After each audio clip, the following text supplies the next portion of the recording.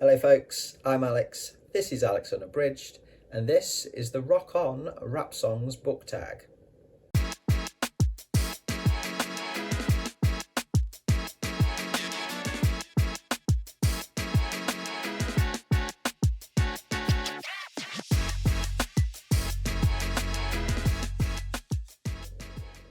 So welcome back to the channel if that is the case.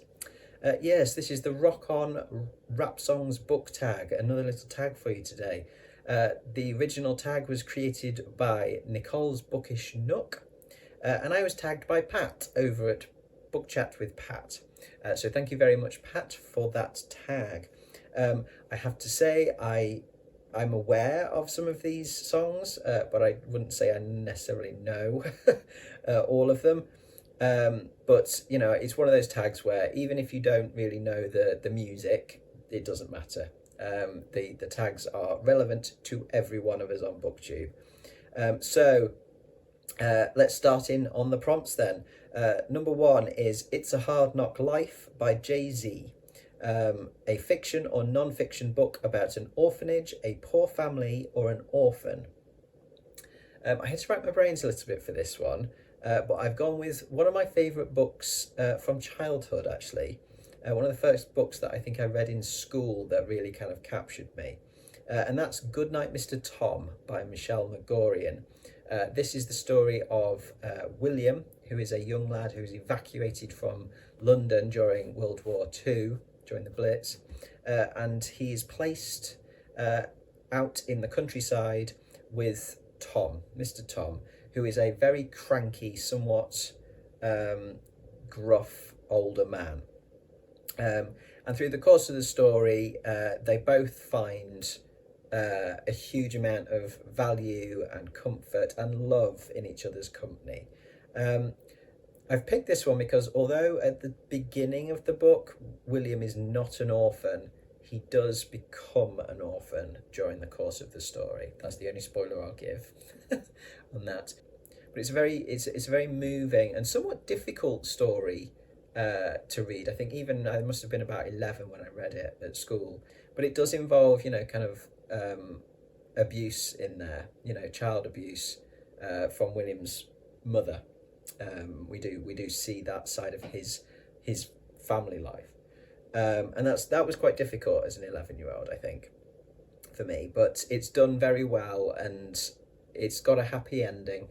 You know, William does end up with a loving family life, and yeah, it's a good introduction to you know, elements, the sort of human side from a child's perspective of life in, you know, what life might have been like for city kids in World War II, being sent away from home. So yeah, really, I still have very fond memories of that, and very fond memories of the film that was made of it as well. So yes, Goodnight, Mr. Tom is my pick for the first one. Okay, prompt number 2 then is Walk This Way by Aerosmith featuring Run DMC. A favourite book of yours that blends genres. For this, I've gone with The Terror by Dan Simmons. I read this right back at the beginning of this year in January, and really loved this. This is a fantastic book. Very, very long, but never at any point did it drag. I thought it was absolutely excellent.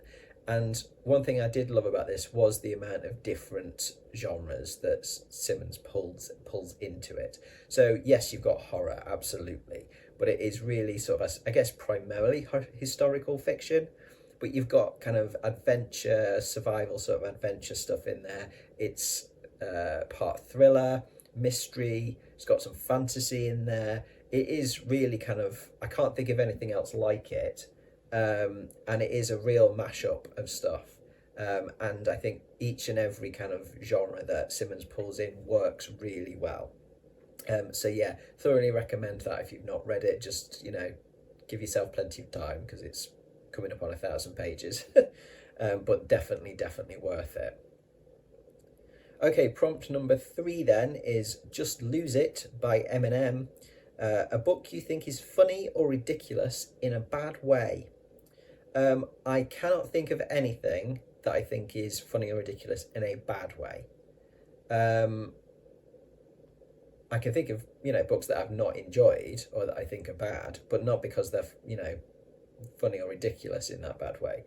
Um, Plenty of funny and ridiculous books that I love in a good way. At least, so bad that they're good or so ridiculous that they're just, hilariously good. The one that immediately springs to mind is The Meg, which I think is fantastic, but it is utterly, utterly ridiculous. But that is the joy of it. Um, so yeah, no, nothing that I think is funny or ridiculous in a bad way, just in a good way. Okay, prompt number 4 then is Thunderstruck by AC/DC, a book that shocked you in a good or bad way. I can pick one for each. Good. The one that comes to mind is a play, Blasted by Sarah Kane. It was one of the first kind of in-your-face theatre plays, which is kind of a sort of a collection of plays and playwrights, a movement, if you like, in the 1990s, of very, very in-your-face theatre. And that one was like the first one that I read, and it stuck with me, and it is shocking. It's still shocking to me to this day, the sort of things that are in it, the language that's in it, the themes that are in it, the actual visual elements that are produced on stage, the acts that are committed in it. But it has a point, and it makes that point with a sledgehammer. But I think it's one of those pieces that is hugely powerful. And yeah, that one is definitely shocking, but to me in a good way. It's what it's talking about, kind of should be shocking in some respects. It's meant to have an impact, and it certainly does. Okay, and the bad side of, being shocked, has to come with 120 Days of Sodom by the Marquis de Sade. I read that when I was, I think probably early 20s, something like that. And it was one of those where, it's I think probably, the typical reason for reading that for a lot of people is to see exactly how bad it is. Yeah, it's bad. It's bad, in terms of its level of depravity. I went into it kind of, expecting some pretty horrific things, but yeah, it went way beyond my expectations, not in a good way. So yeah, that one was definitely shocking and definitely not in a good way. Okay, prompt number 5 then is Welcome to the Jungle by Guns N' Roses, a book about LA or a book that takes place in or around LA. I can honestly think of none of these. I don't think I've ever read anything that is set in LA or generally around sort of that area. The only thing I can think of that has any kind of connection to LA is The Passage, by Justin Cronin. There is a section of that book, and it's quite a long book anyway. But there is a section of it which is set in the future, sort of 100 years into the future, near to the town of, or the city of Banning, which I think is about 80 or so miles from LA. So that's about as close as I can get to LA. But it's, as I say, it's just a small section of quite a large book, and it never actually, goes into LA. But that part of California at least, but that's as close as I can get.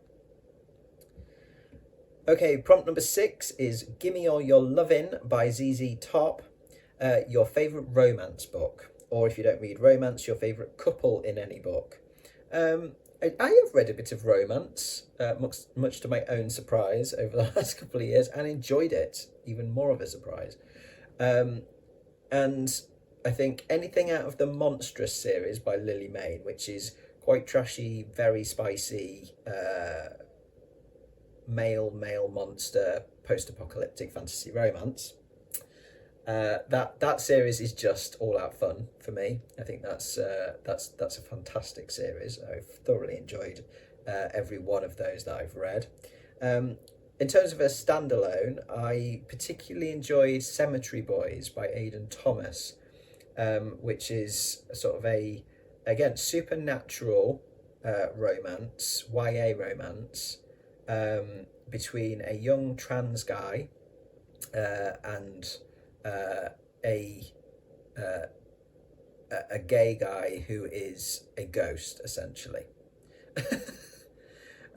So it's another kind of, slightly strange one, but it's less about the romance, that one, I think, and more just a kind of about navigating a world in which you feel you don't fit, wanting to prove yourself to your family and to your friends, finding sort of, your place in the world, and that you're accepted when you're different, things like that. It's a very sweet but very well written,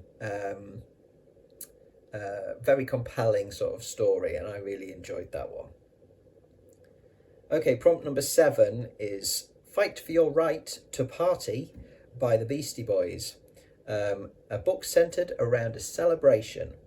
For this one, I have gone for The 7 Deaths of Evelyn Hardcastle by Stuart Turton. This is a real interesting book. I really enjoyed this. I think it was last year, beginning of last year, that I read this. And this is set at a manor house where a celebration is happening. But and there were several guests, lots of guests at this celebration. But this is it's a mystery, a murder mystery essentially, with a difference. Evelyn Hardcastle, who is the young and very beautiful daughter of the house, dies again and again. And we follow Aidan, who is one of the guests, sort of called to this manor for the party. He has to solve her murder. And until he does, the day of the party will repeat itself over and over again, with every new iteration of that day finding Aidan essentially in the body of a different guest. And the only way to break this cycle is to identify who the killer is. And it's a very interesting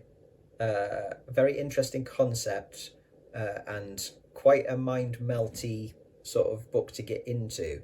But once you do, it's very compelling. I really enjoyed it. It was definitely a mystery with a difference. I would definitely recommend that one if you fancy something a little bit twisty-turny, timey-wimey weirdness.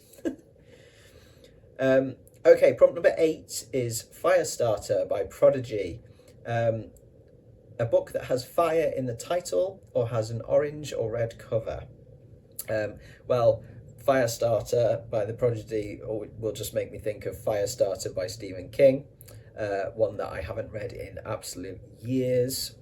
And this follows a young girl called Charlie McGee, who has inherited some pyrokinetic powers from her parents, who are both participants in a research program, a government research program.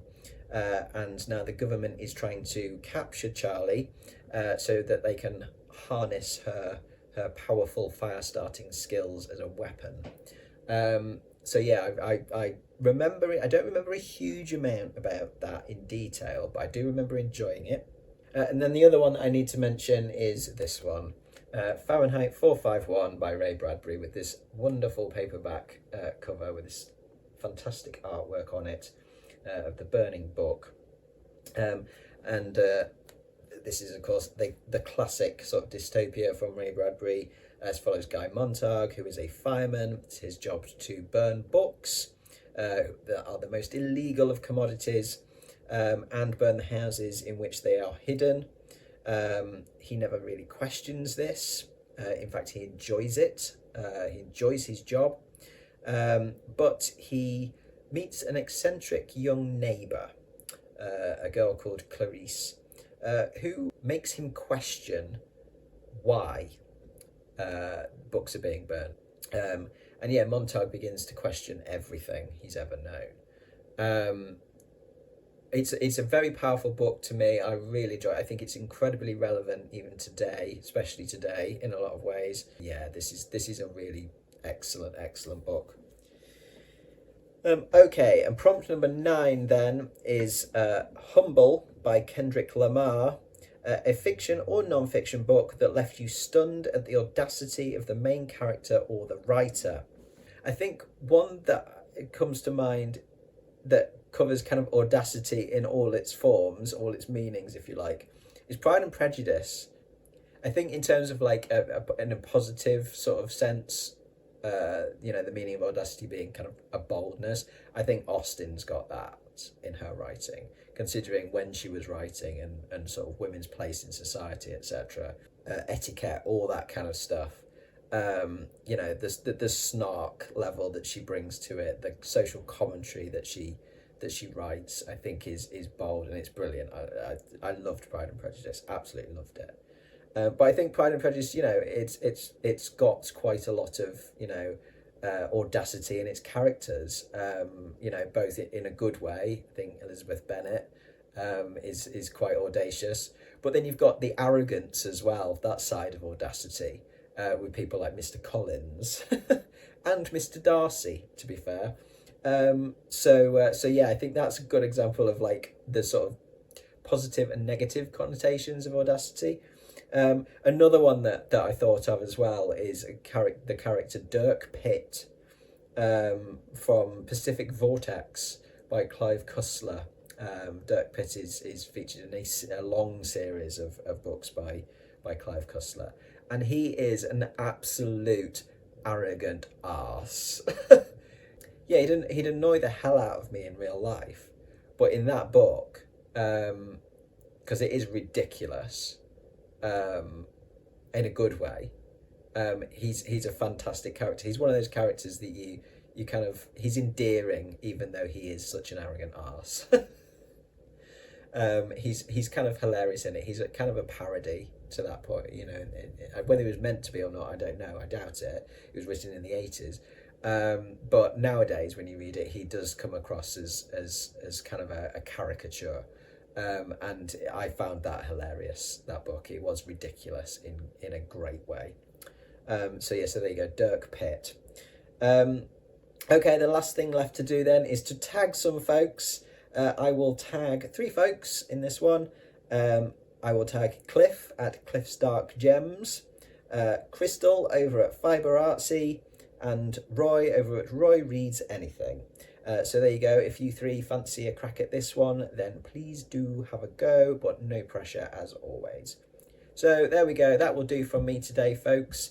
I'm nearly caught up on all my tags now. One more, I think, to do. But thank you very much for watching this one today. Do drop your thoughts in the comments below. It's always lovely to hear from you. I will be back in a few days with another video, so I do hope you will join me for that then. But from me, for now, that's ta-ra.